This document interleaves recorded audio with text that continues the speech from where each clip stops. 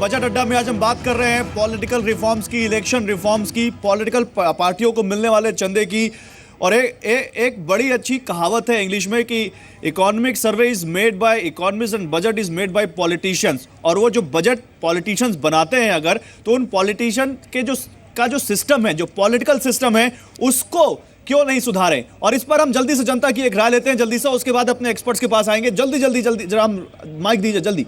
गौरव, यहाँ पे ना एक मैनिफेस्टो के ऊपर बहुत अच्छा सवाल है इनका। जी सर, सवाल। सर, तमाम लोगों का हम स्वागत करते हैं। पार्टी के प्रवक्ता हैं और पूर्व चुनाव आयुक्त हैं।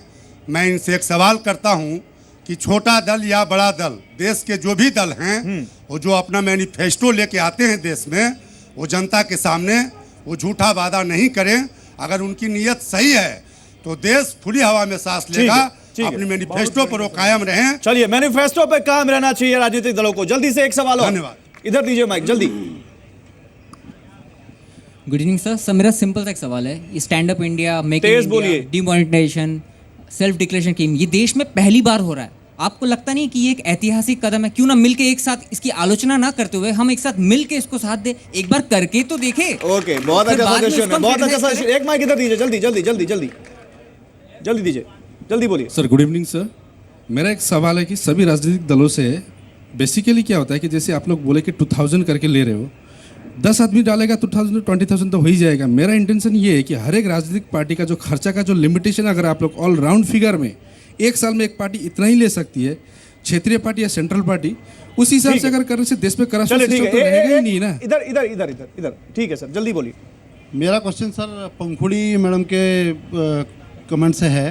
इन्होंने कहा था कि जो भ्रष्टाचार से जनरेटेड पैसा है वो वापस पॉलिटिकल फंडिंग के थ्रू सिस्टम में आता है। बीइंग ए पॉलिटिशियन, जब इनको पता है और ये एक्सेप्ट कर रहे हैं कि भ्रष्टाचार से जनरेटेड पैसा पॉलिटिकल सिस्टम में आता है, तो उसको रोकने के लिए इनकी पार्टी ने, इनकी सहयोगी पार्टियों ने क्या किया? चलिए ठीक है, मैं एक लास्ट रिएक्शन इधर से लेना चाहता हूं। इनको माइक दीजिए, इधर इधर इधर माइक दीजिए इन भाई साहब को। चलिए बोलिए बोलिए। सर, जब तक पॉलिटिकल पार्टीज खुद इंटेंशन नहीं दिखाएंगी कि उनका चंदा जो है सबको पता चले, तो सर जब तक क्या फायदा होगा सर? चलिए ठीक है, एक इनसे ले लीजिए जल्दी से जल्दी। आपका बहुत अच्छा सवाल था कि हम जो करीब 10,000 15,000 कमाने वाले ये टैक्स देंगे। हाँ। लेकिन पॉलिटिकल पार्टी जिसके पास सारी सुख सुविधा है वो टैक्स से बाहर क्यों है आखिर? चलिए क्यों? ठीक है, तो सर आपने देश का मूड देख लिया। कि ओके, आपने देश का मूड देख लिया। तो पंखुड़ी, एक सवाल कैशलेस आपसे क्यों भी नहीं आया हो था, रहे? लेकिन केवल वही नहीं, सारे सवालों को मिलाते हुए। गौरव, मैं एक बात कहना चाहूँगी कि हम लोग, आपने हमसे सवाल पूछा, तो हम केंद्र में नहीं हैं, ना ही हम नेशनल पार्टी हैं। लेकिन जैसे तनेजा जी कह रहे थे कि हमने शुरुआत तो करी, तो मैं ये कहना चाहूँगी कि इतनी बड़ी बहुमत हर बार नहीं मिलती है। तो इतनी बड़ी बहुमत, इतना बड़ा मैंडेट, सुधार लाने का जो इनको चांस मिला है, तो ये कह रहे हैं हमने किया नहीं, ये शुरुआत क्यों कर रहे हैं? ये इसको करके दिखाएं ना। देखिए, जब भी इस तरह का कोई फैसला लिया, जनता ने हमेशा साथ दिया है। जब नोटबंदी की बात हुई तो मुझे नहीं लगता कि देश में कोई भी होगा जिसने कहा होगा कि ये गलत है। आदमी दिक्कत में था, लाइन में खड़ा था, पर कह रहा था कि सही है। लेकिन उसके बावजूद भी आदमी के पास असली नोट आने से पहले मार्केट में नकली नोट आ गया। तो आज भी व्हाइट पेपर उस पर नहीं आया कि कितना फायदा हुआ है। तो मुझे लगता है कि सरकार की एक अकाउंटेबिलिटी होनी चाहिए, और जितना रिफॉर्म ये लोग ला सकते थे उतना रिफॉर्म ये लोग नहीं लाए। राजीव जी, मैनिफेस्टो पे एक बड़ा अच्छा सवाल आया था। देखिए, ये बहुत ही बढ़िया सवाल है और मुझे ऐसा लगता है कि आज के बहस का सबसे बढ़िया सवाल है ये। 15 लाख रुपए अकाउंट में ला देंगे, राम मंदिर बना देंगे, ऐसे ऐसे अविश्वसनीय वायदे हम करते हैं, और चांद तारे वो वोट लेने के समय में, और उसके बाद 5 साल के बाद मतदाता के अकाउंट में बैलेंस कुछ नहीं होता है। वो तो कहा, तो इसको कहीं ना कहीं एग्जामिन करने के लिए हमारी पार्टी का पूछेंगे, हमारे मैनिफेस्टो और हमने जो काम किए, तो उस पर जब आप बात करेंगे तो मैं आपको ब्यौरा। मैं आपकी बात नहीं, मैं 15 लाख के बारे में बोल रहा हूँ। उनके राष्ट्रीय अध्यक्ष बोल चुके हैं, वो जुमला है। नहीं, तो ये गलत है ना। चुनाव में जब आप लोगों को संबोधित कर रहे थे, तब तो आपने इसको आपने चुनावी मुद्दे के तौर पर कहा कि हम सत्ता में आएंगे तो 15 लाख आपके अकाउंट में लाएंगे।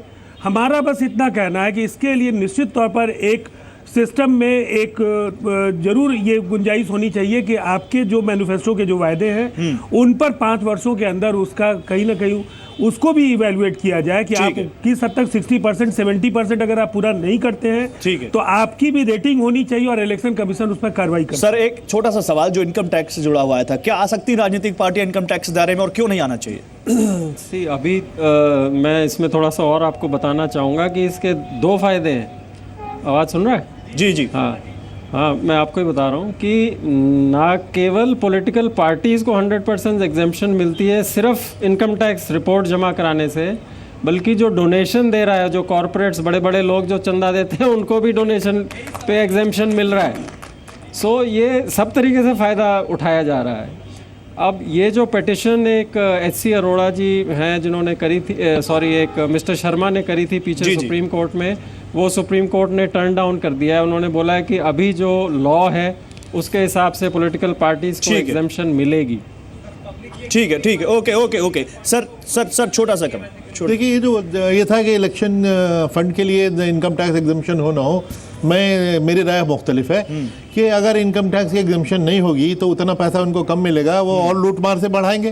तो इस लिहाज से जितना जो है उनको फ्रंटली ट्रांसपेरेंटली मिलता है वो अच्छा है। तो सारा दे दीजिए, नहीं जितना कम से कम जितना टैक्स माफ हुआ उतना भर तो उनकी इनकम ट्रांसपेरेंट हो गई, वरना उतनी कमी पूरी करने के लिए वो और किसी न किसी का हाथ मोड़ेंगे, टांग तोड़ेंगे। ठीक है, अब मैं देश की दो सबसे बड़ी पार्टियों के पास जाऊंगा, बीजेपी और कांग्रेस के पास। और तनेजा जी सबसे पहले आपके पास। आप कहते हैं हमने बहुत कुछ किया, इन्होंने कुछ नहीं किया। ये कहते हैं कि हमने बहुत कुछ किया और बीजेपी खाली बातें करती है। सर, क्या देश की जनता के साथ इसी राजनीति के साथ हम जाते रहेंगे या वक्त आ गया सकारात्मक राजनीति करने? देखिए, गौरव जी, चुनौतियां हमारे देश के सामने बहुत ज्यादा है।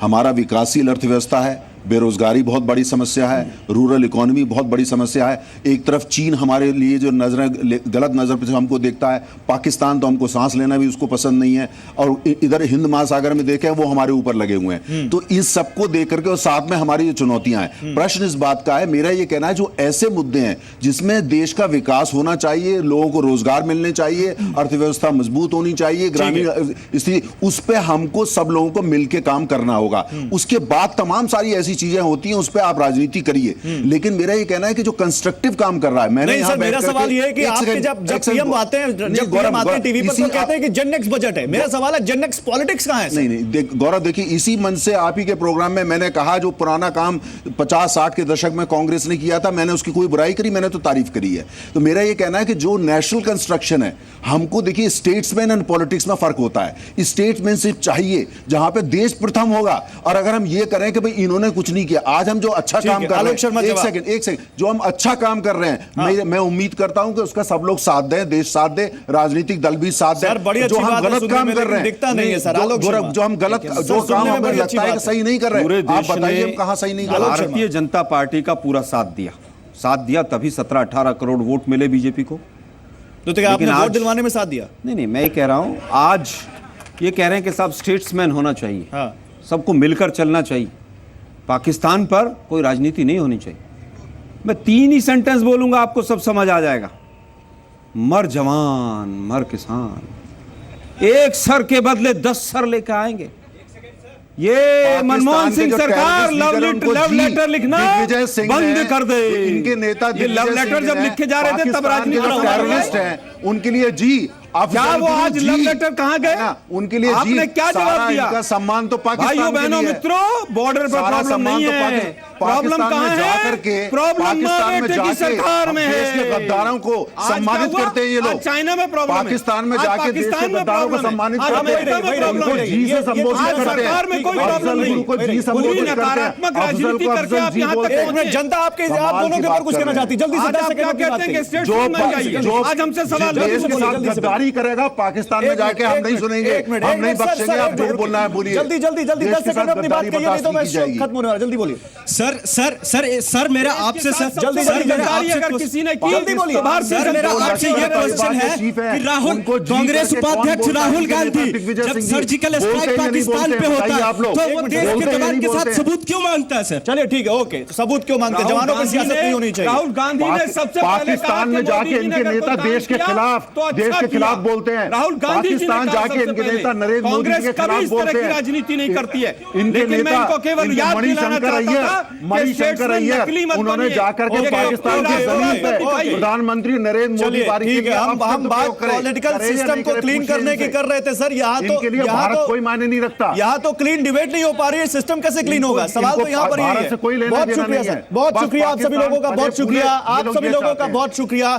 तो कुल मिलाकर कोशिश की गई है। कुछ लोग कह रहे हैं इंटेंट अच्छा है, कुछ लोग कह रहे हैं कि इंटेंट पे भी सवाल खड़े कर रहे हैं। सवाल ये है कि जब हम जैसे या आप जैसे लोगों के ऊपर तमाम नियम हैं, तो कुछ नियम ऐसे इन पॉलिटिकल पार्टीज पर या पॉलिटिशियंस पर भी आए, ताकि उनकी अकाउंटेबिलिटी और उनकी ट्रांसपेरेंसी और उनकी ऑनेस्टी लोगों को दिखे, जो कहीं ना कहीं अभी थोड़ी धुंधली है। बस इतनी सी अर्ज है साहब, मान लीजिए आप। बिग स्टोरी बिग डिबेट और बजट अड्डा में आज बस इतना ही। हम आपके लिए ऐसे मुद्दे लाते रहेंगे और जी बिजनेस पर बजट के बाद की मेगा कवरेज भी लगातार जारी है। आप देखते रहिए जी बिजनेस।